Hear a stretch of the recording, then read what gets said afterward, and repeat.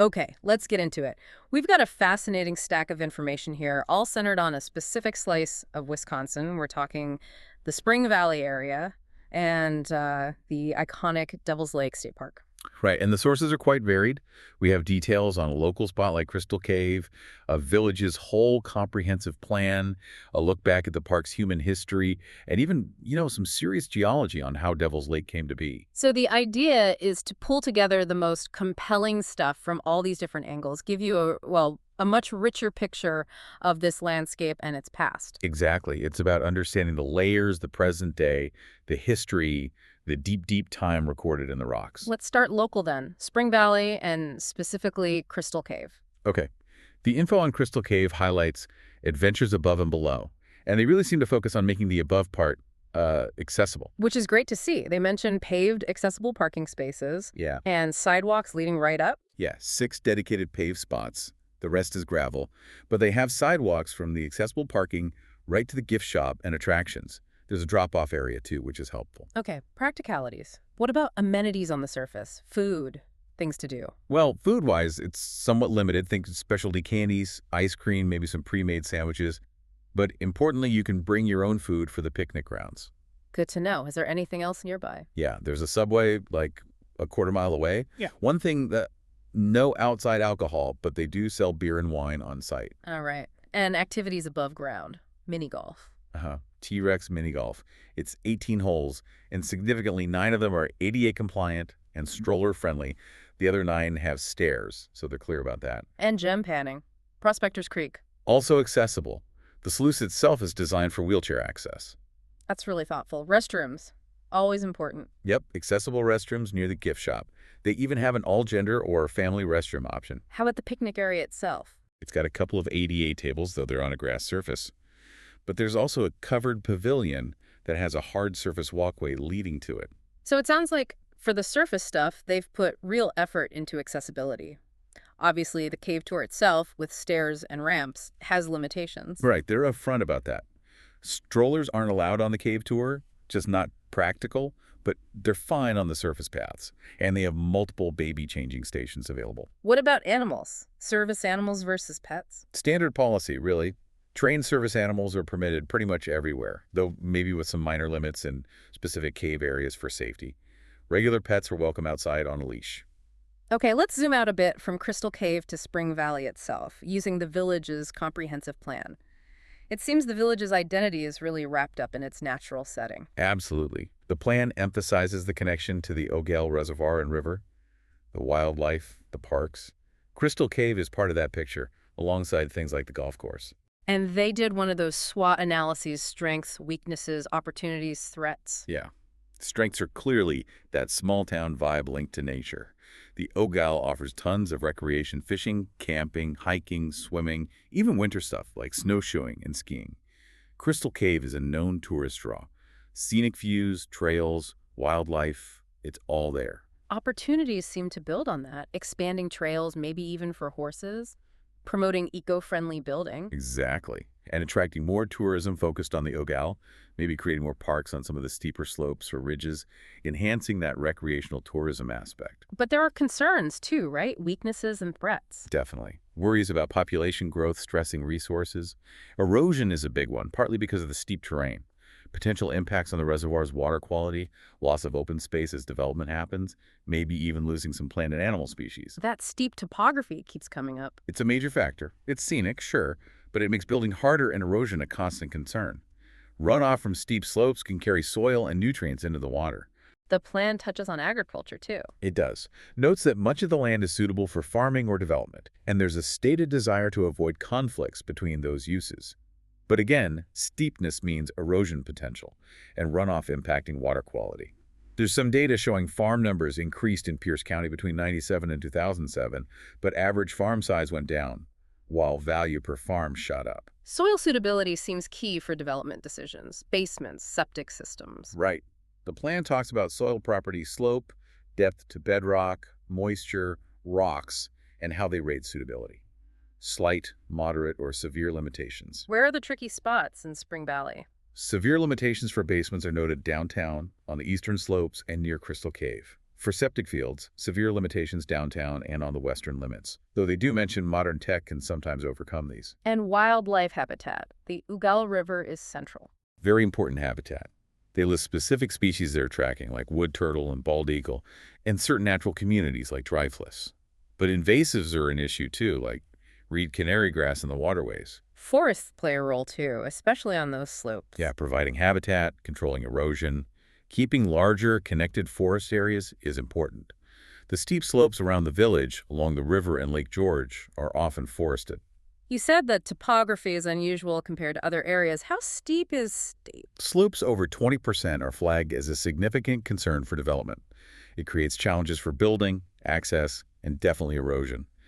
These slopes kind of act as natural boundaries for the village itself, which sits between about 900 and 1,160 feet elevation. And water resources, groundwater the main source. Primarily, yeah.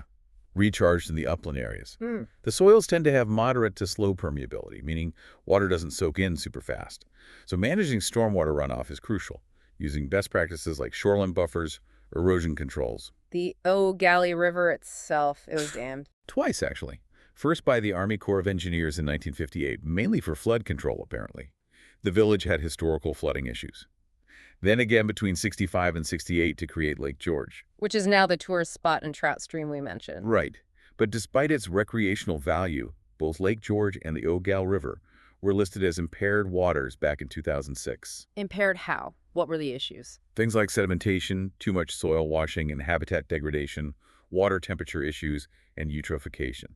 That's basically too many nutrients, especially phosphorus, causing algae blooms and harming water quality. And there are floodplains and wetlands to consider too. Yeah, the area around the Ogal River has a designated floodplain, limiting development.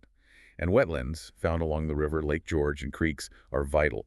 They act as natural filters, regulate water flow, provide critical habitat, help recharge groundwater, and control flooding. Any mineral resources. The village history is tied to that, right? Its founding was linked to iron ore and metals.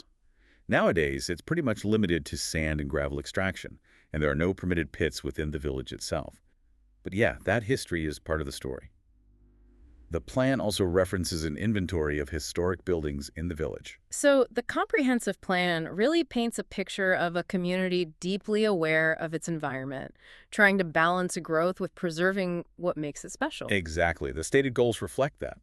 Protect water and habitat quality, keep the small-town character linked to nature, develop economic benefits from tourism and trails, promote historical resources, and try to limit conflicts between farming and new development. It's a familiar balancing act for many places. Okay, let's shift gears now. Head southeast to Devil's Lake State Park. Much older history here in some ways. Oh yeah, the park itself was founded in 1911, but people were enjoying the lake long before that. And some big names too. The Ringling Brothers. Yes, the circus family had a summer home there, ice house, garage, the works. Seriously, the Ringlings. Wow, and there was a huge lookout tower. 85 feet tall on the West Bluff. Imagine the views. Plus, several hotels right on the shore back in the day. Places like the Cliff House sound like full-on resorts, Yeah. telegraph office, billiard room, barber shop, even a bowling alley. What happened to them? The rise of the automobile, Yeah. mostly. People didn't need to stay for weeks at a resort hotel when they could just drive in for the day or a weekend. So the grand hotels faded away. The descriptions of leisure back then are amazing. Croquet, band picnics. Listening to Edison phonographs, dancing, masquerade parties, hay rides, ice skating. Apparently there was even a foot race between Democrats and Republicans. Are you kidding? Nope. And church services held on boats out on the lake, mind-reading exhibitions, someone enacting Romeo and Juliet scenes. Steamboats like the Capitola and Minnewacan gave tours. Steamboats on Devil's Lake? Uh-huh. Though apparently people complained even then that Capitola's whistle could supposedly be heard miles away in Baraboo. Huh. Some things never change. Then came the Depression era and the CCC. The Civilian Conservation Corps, yeah. They had a camp there from 1934 to 1941. About 200 young men doing major work projects. And a lot of their work is still visible, right? Hugely visible. They built many of the hiking trails, especially in the really rugged areas trails you still hike today. They cleared invasive species, guided visitors, built countless picnic tables, signs, benches, constructed those beautiful stone buildings you see in the park, acted as fire guards, relocated roads, even built a reservoir. Their impact was enormous. Around the same time, big bands were playing at the chateau. Yeah, on the North Shore. You can just picture the music drifting across the lake on a summer evening. And park attendance just kept climbing over the years. Dramatically. From maybe 100,000 visitors in 1919 to 200,000 just 5 years later, it crossed a million annually by the early 50s, and now it's routinely between 1.3 and 1.7 million people every year. When did camping become a big thing there? It really took off in the 1920s and 30s. Simple campsites gradually evolved into shelters and cabins. The Northern Lights campground was developed in the 1930s. Okay, so that's the more recent human history. But the geology, that goes back way, way further.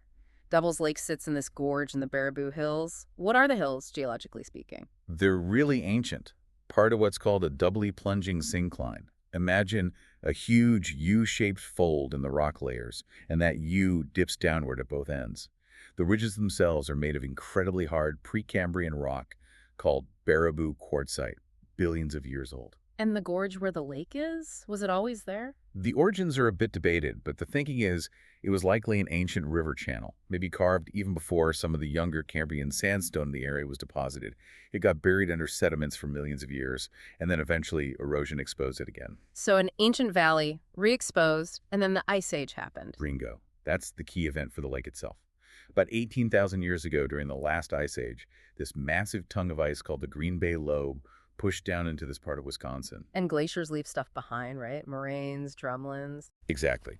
Moraines are ridges of glacial till that mix of sand, gravel, rock, clay deposited at the edge or end of the glacier.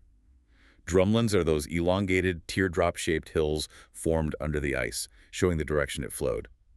Eskers are winding ridges of sand and gravel left by meltwater streams flowing inside or under the ice. Okay, got it. So the Green Bay Lobe moves in. How does it make the lake? This is the crucial part. Around 15,000 or 16,000 years ago, geologists call this the Johnstown phase. The glacier advanced just far enough to push into both ends of that ancient gorge in the Baraboo Hills. It blocked it off at both ends. Completely plugged them, with massive dams of glacial till. These moraine plugs are still there, rising, 90 to 130 feet above the current lake level. By damming both ends, the glacier trapped meltwater and rainfall in the gorge, creating Devil's Lake. Wow, so the lake exists purely because the glacier acted like a giant earth mover and dam builder. Pretty much. And blocking that gorge had enormous consequences beyond just creating the lake. Like rerouting the Wisconsin River. That's the theory. If the main channel of the Wisconsin River used to flow through that gorge, as evidence suggests, the glacial dams forced it to find a new path. Which is why today, the Wisconsin River makes that big loop far to the east of the Baraboo Hills before heading south again. It's incredible. One glacial event completely changes the course of a major river. You mentioned modern tools are used to study this. Remote sensing, GIS. Yeah, things like satellite imagery, Landsat, Easter, and radar elevation data, like SAR-DIMS. These give geologists incredibly detailed views of the land surface. Then Geographic Information Systems, or GIS, lets them layer all this data and analyze it. What can they see with that? They can map out the exact edge of the Johnstown moraine, see where the ice stopped. Those plugs at Devil's Lake are clear features. They can see the patterns of drumlins near Madison, confirming the ice flow direction, sort of south-southwest. They can spot the bumpy, hummocky moraines left as the ice melted back, and trace those winding eskers. It reveals the whole glacial landscape.